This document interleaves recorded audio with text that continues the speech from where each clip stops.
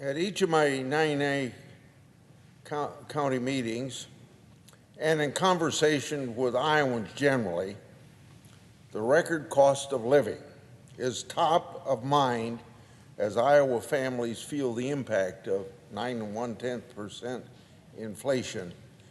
They feel that on their family budgets for sure. Due to rampant inflation spurred by reckless government spending, and consumer prices are escalating at a historic pace. Middle-class Americans are paying more for everything from gasoline, food, and shelter to home furnishings, prescription drugs, and clothing. Since President Biden took office January 2021, consumer prices have increased on average 12% nationally. As a result, the average Iowa household has seen its monthly living expenses increase to $670 a month. The rising cost of transportation, energy, and food has hit household budgets particularly hard. Since January 2021, Americans on average are paying an extra $206 a month on energy, $334 a month on transportation and gas, and an additional $76 a month for food. It's no wonder inflation is the #1 concern that I hear about as I tour Iowa's 99 counties. Rising wages have helped some Iowans manage the rising cost of living. However, for most, rising prices have far outpaced the wage gains. While trying to make up an extra $600 a month is hard enough for wage earners, it's next impossible for senior citizens who are on fixed incomes. For senior citizens, there is no prospect of getting a raise like you might get if you have a job.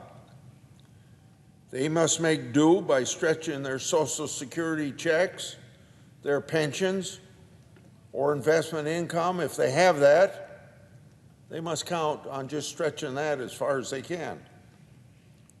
While there is an annual cost of living adjustment intended to maintain the purchasing power of Social Security benefits, this adjustment lags inflation increases. The 5 9/10% COLA for 2022 was the largest increase since 1982, the last time we had this out-of-control inflation. However, that's far below the 9 1/10% annual inflation rate reported for June. So just like wages go up 5.5%, they can't keep up with the 9 1/10% increase inflation. So you get a 5 9/10% increase in your COLA for Social Security. That's far below the 9 1/10% increase in inflation. Now, the Social Security Administration reports the 2023 COLA will be between 7 3/10% and 10 8/10%. Well, that might help, but will it make up for what inflation is? Unfortunately, seniors have another 6 months until they see this relief in their benefit payments. The current turmoil in the stock market has made it even harder for seniors to keep their heads above water. They're seeing their retirement savings in 401ks, their IRAs, and their non-tax advantaged accounts eroded by stock market declines, by inflation, and by taxes. Seniors are understandably looking to the administration and to this very Congress to take action to address inflation and rising prices. Unfortunately, all the administration and a majority in Congress have offered them are false assurances, more reckless spending, and damaging tax hikes. It's time that we try an entirely different approach. That approach should be one focused on fiscal prudence, targeted non-inflation-induced relief, and increasing market competition or boosting supply. The most important thing Congress can do to fight inflation is stop its reckless spending. Even better would be to trim the budget to eliminate unnecessary spending.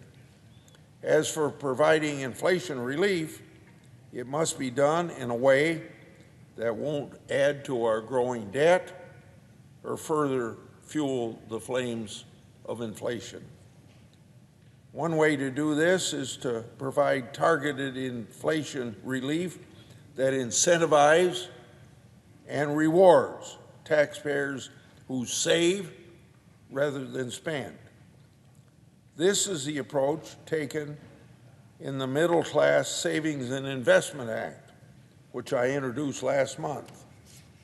Under my legislation, most middle-class savings and investment income would be subject to zero tax. This means middle-class seniors would be subject to no federal income tax on their long-term capital gains and dividend income. They would also be exempt from federal tax on up to $600 of interest income that they earn in a year. Exempting most middle-class savings from tax not only provides relief to those seniors and to others, but also will reduce tax bias that favors consumption over saving. While not a silver bullet by any stretch of the imagination to stop inflation, encouraging more consumers to save rather than spend may help reduce inflation pressures by dampening demand. Importantly, my proposal is fully paid for, so it won't add to unsustainable debt and deficits. In addition to practicing fiscal responsibility and providing sensible targeted relief, I support policies designed to hold down prices by increasing supply and promoting greater competition in the marketplace. A prime example of this is my work to rein in out-of-control prescription drug prices. Americans, especially our seniors, are paying too much for their prescription drugs. AARP says brand name drugs that seniors use are going up more than twice the rate of inflation. Recent data indicates nearly 500,000 seniors filled a single prescription that met their out-of-pocket threshold, and millions of seniors are reaching the catastrophic phase of Part D. We must act to lower prescription drug prices. I passed out of the Finance Committee a bipartisan and negotiated bill that will lower the cost of prescription drugs. It's called Grassley-Wyden, or by its name, the Prescription Drug Price Reduction Act. It saves seniors $72 billion, taxpayers $95 billion. It caps out-of-pocket costs at $3,100 and eliminates the donut hole. And perhaps the most important part of it will also cap year-over-year price increases of prescription drugs at the CPI. This ends also taxpayers' subsidies to big pharma and provides real relief to our seniors. Let's not waste another minute to lower drug prices. I will work with anyone who wants to pass the bipartisan Grassley-Wyden bill. In addition to prescription drugs, I'm leading the charge to lower the cost of grocery bills. The big four meat packers, who have over 85% of the market, use uncompetitive tactics to hurt smaller producers, our independent family farmers. While independent farmers in Iowa are forced to sell livestock at dirt cheap prices, the cost to the consumer is climbing at a historic high level now. This is happening at the same time the big four packers are reaping record profits. Just this past week, Sysco, the largest food distributor in the United States, filed a lawsuit against these very same big four packers, alleging price fixing. Sysco claims that these packers intentionally reduce the number of slaughtered cattle to inflate beef prices that families must pay then at the supermarket. We must maintain a cash market for cattle producers and thus increase competition. Towards this goal, I'm spearheading two bipartisan bills that sailed through the Senate Agriculture Committee that would do just that.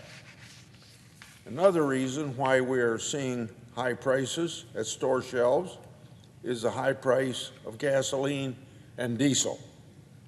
Contrary to what some people believe, food does not grow in grocery stores.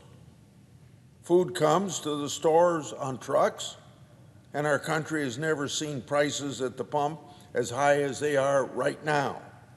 In fact, gas prices have doubled since President Biden took office. So instead of focusing on domestic fuel production, the president and his administration have caved to environmentalists in shaping our energy policies.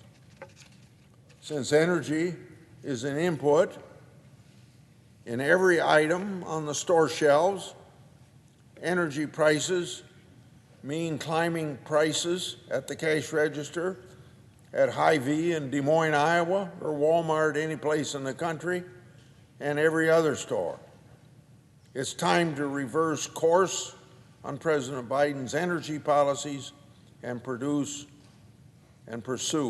an all-of-the-above strategy. Let's go back to being energy independent rather than energy dependent. Instead of just talking about inflation and its impact on Iowa families and seniors, it's time for this Congress to stop reckless spending and start focusing on common sense relief and reforms. I'm leading the charge to do just that through targeted tax relief, the savings bill that I talked about, market reforms in key industries to hold down prices like the cattle bill I was talking about, and by boosting the supply of fuel to keep prices at the pump in check. I urge my colleagues on both sides of the aisle to join me in these efforts.